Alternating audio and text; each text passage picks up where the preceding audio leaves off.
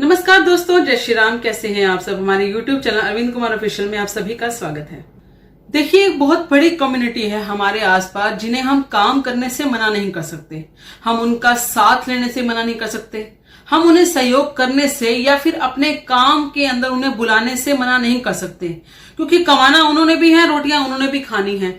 और वैसे भी मोदी जी तो सबका साथ लेकर चल रहे हैं, ऐसा नहीं है कि हमें अलग करना पड़ेगा उन्हें। हाँ, जो उनमें रेडिकल लोग हैं या जो बहुत ज्यादा कट्टरवादी सोच के साथ पनपते हैं, उनके ऊपर लगाम अवश्य लगानी चाहिए।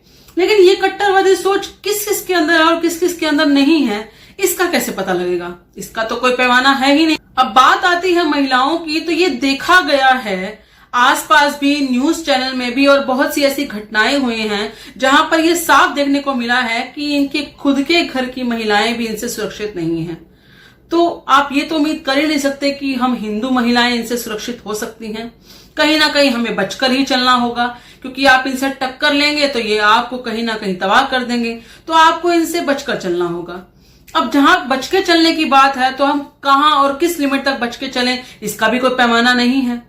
लेकिन अब इतना तो कर सकते हैं ना कि अपने आसपास जब आप किसी से काम करवाने जाएं या उन्हें अपने घर पर बुलाएं, तो आप ध्यान रखें कि वो आपका खुद का ही, मतलब आपके खुद की कम्युनिटी का ही व्यक्ति हो।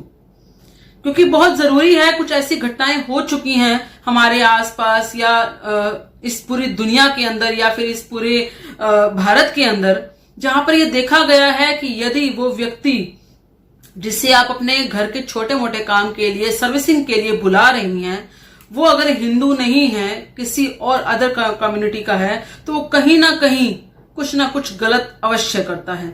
और ये घटनाएं बता रही हैं, ये मैं नहीं कह रही, बहुत सी ऐसी घटनाएं हैं जो सामने आई हैं जिनके आधार पर ये चीज कही जा सकती है। मैं मानती हूं कि पूरे 100% ऐसा नहीं होगा, लेकिन 99 भी अगर है तो इसका मतलब तो है ना कहीं वो सोच तो पनप रही है, वो चीज पढ़ाई जा रही है या फिर उस चीज से निकाला नहीं जा रहा है। अब बात करते हैं उस घटना की जिसके कारण मैं ये बात कह रही हूं। पीलीभीत यूपी के अंदर एक महिला जो कि विधवा है, यानी कि उसके पति नहीं है उसकी लाइफ के अंदर, या किसी कारण से उनकी मृत्यु हो चुकी है। अब होता यह है कि अपने घर के अंदर, क्योंकि ज्यादा अमीर तो है नहीं, गरीब सी है, तो ऑब्वियसली घर के अंदर बहुत से खर्चे होते हैं, बहुत सी चीजें होती हैं जिनको रिपेयरिंग करवाना पड़ता है। लेकिन क्योंकि पति नहीं है या घर में कोई ऐसा व्यक्ति नहीं है जो लड़का हो, जो आदमी हो, तो वो महिलाएं खुद अपना काम करती हैं।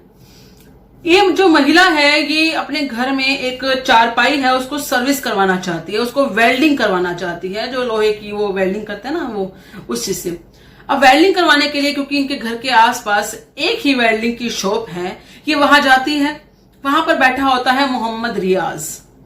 ये उस व्यक्ति से मिलती है, उसको कहती है कि घर में ऐसे ऐसे चारपाई है और वो खराब हो रही है, तुम्हें वेल्डिंग करनी है। अब वो चारपाई तो उठा के आ नहीं सकती थी, तो उसने यही कहा कि कब आओगे बता देना, और वेल्डिंग करने के लिए घर पे आना है। ठीक है, तो वो कहता है ठीक है, अपना नंबर दे जाइए और मैं फोन करके बता दूंगा। उस व्यक्ति की नीयत की बात है यहाँ पर, उस व्यक्ति की नीयत खराब होती है, इसीलिए वो ऐसा कार्य करता है। अब देखिए क्या करता है वो व्यक्ति इस महिला को फोन करता है, शाम को फोन करता है और कहता है कि चारपाई में जो भी नुक्स है मुझे वीडियो कॉल पे दिखा दीजिए और मैं बता दूंगा कि कितना खर्चा आएगा इस पर, या इसके ऊपर कितना लगेगा, जो भी लोहे का सामान है या जो भी इसके ऊपर कितना माल लगेगा वो मैं आपको बता दूंगा। वो आदमी वीडियो कॉल करता है, महिला वीडियो कॉल उठाती है। उठाने के बाद वो व्यक्ति बात करते करते जो चारपाई है उसकी वीडियो देखते देखते उस महिला को कहता है, आप बड़ी ही खूबसूरत हैं। और खूबसूरती की बात करते करते वो अपनी अश्लील बातों पे आ जाता है, वो महिला के साथ अश्लील बातें करना शुरू कर देता है। महिला उसे टोकती है, रोकती है, मगर वो मानता नहीं है। वो बार बार महिला उसको वापस उसी वेल्डिंग की बात पर लेकर आती है, खर्चा पूछती है, लेकिन वो अपनी अश्लील बातों से बाज नहीं आता। आखिरकार महिला उसे थोड़ा धमकाना शुरू करती है, तो वो व्यक्ति उन्हीं बातों के साथ साथ उसी कुछ सेकंड के अंदर वो अपने गुप्तांग दिखाने शुरू कर देता है। जैसे ही वो अपने गुप्तांग दिखाने शुरू करता है, महिला फोन गाली देकर फोन को पटक देती है, फोन काट देती है। अब बात यही नहीं रुकती, वो व्यक्ति फिर से वीडियो कॉल करता है, फिर से कहता है कि थोड़ी देर बात कर लीजिए और इस तरीके से उस महिला को कहीं ना कहीं मनाने की कोशिश करता है। महिला फिर से उसे डराती धमकाती है, थोड़ा डांटने की कोशिश करती है, लेकिन महिला को समझ में आ रहा है कि ये कहीं ना कहीं ये आदमी पागल हो गया है और कुछ ना कुछ मुझे करना होगा। उसका दिमाग चलता है और कुछ ही सेकंड के अंदर वो अपनी फोन की स्क्रीन रिकॉर्डिंग ऑन कर देती है, यानी कि उस कॉल को वो रिकॉर्डिंग करना शुरू कर देती है। उस कॉल रिकॉर्डिंग में साफ देखा जा सकता है कि वो जो व्यक्ति है वो अपने गुप्तांग उसे दिखा रहा है। जैसे ही वो ऐसे कार्य करता है वो बात रिकॉर्ड हो जाती है। रिकॉर्ड होने के बाद वो महिला फोन काट देती है। महिला ने अपनी चतुराई से उस व्यक्ति की वीडियो बनाई और उसके बाद उस वीडियो को पुलिस थाने ले गई। वहां जाकर वहां के जो प्रभारी थे, वहां के जो अधिकारी थे, उनको ये वीडियो भी दिखाई और साथ के साथ ये भी कहा कि आप मेरी कंप्लेंट लिखिए। कंप्लेंट लिखवाई, उसके बाद उसके खिलाफ कार्रवाई करनी शुरू की। जिस कंप्लेंट में उसने साफ साफ लिखा कि मैं एक लाचार महिला हूं, विधवा हूं, उसके बावजूद मेरे साथ इस तरह का व्यवहार किया गया। मैं तो अपने काम से गई थी, लेकिन ये व्यक्ति मुझे अपने गुप्तांग दिखाने लगा।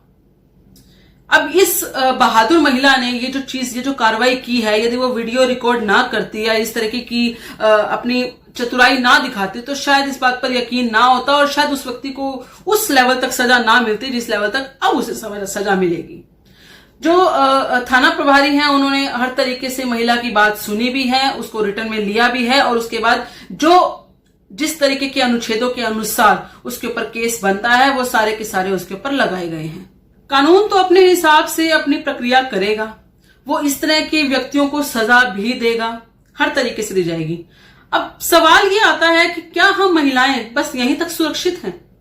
ये जो इस तरह की जो गंदी बुद्धि के लोग होते हैं ना, वो हमारे आसपास हर जगह होते हैं।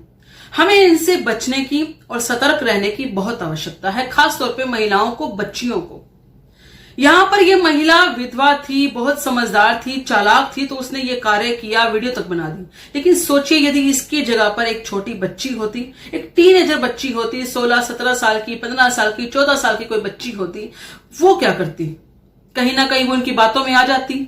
बहुत से ऐसे लव जिहाद के हमने केसेस देखे हैं जहां पर इसी तरह की हरकतों को करके भी लोग कहीं ना कहीं उनको अट्रैक्ट कर लेते हैं। देखिए, जो एक टाइम होता है ना टीनेजर का, उसमें कहीं ना कहीं आपको फिजिकल अट्रैक्शन हो जाता है, लड़कियां हो चाहे लड़के हो जाता है। उसमें यदि इस तरह की हरकतें कोई कर रहा हो और अगर आपको नेगेटिव एहसास नहीं हो रहा, आप उसमें बहे जा रहे हैं, तो उसमें कसूर किसका कहा जाएगा? नाबालिग बच्चियों के साथ भी इस तरह की हरकतें की जाती हैं। कई केस तो सामने आते हैं, कई आते नहीं हैं। जब तक आते हैं तब तक वो लड़की कन्वर्ट हो चुकी होती है। तो इस तरह की चीजें हमारे आसपास बहुत चल रही हैं। कोशिश यही होती है उनकी कि किस तरीके से लड़की का कन्वर्जन करवा दिया जाए। उनको इस बात से मतलब नहीं होता कि वो लड़की है, महिला है या कोई बूढ़ी औरत है। उन्हें मतलब सिर्फ इसी बात से है कि किस तरीके से वो अपनी आबादी बढ़ा सकते हैं और वो उसे बढ़ाने की पुरजोर कोशिश करते हैं। हमें बचना चाहिए, हमें इस बात को समझना होगा, अपने बच्चों को समझाना होगा, अपने आसपास की महिलाएं बच्चियों को समझाना होगा, उन्हें बताना होगा कि आपके साथ क्या खेल खेला जा रहा है। सतर्क रहिए, सावधान रहिए, बहुत आवश्यक है। अपने आसपास के माहौल को जानिए। बाकी आप सबका क्या कहना है इस बारे में कृपया करके अपने विचार कमेंट में जरूर बताइएगा। इस वीडियो को लाइक और शेयर जरूर कीजिएगा। धन्यवाद। जय श्री राम।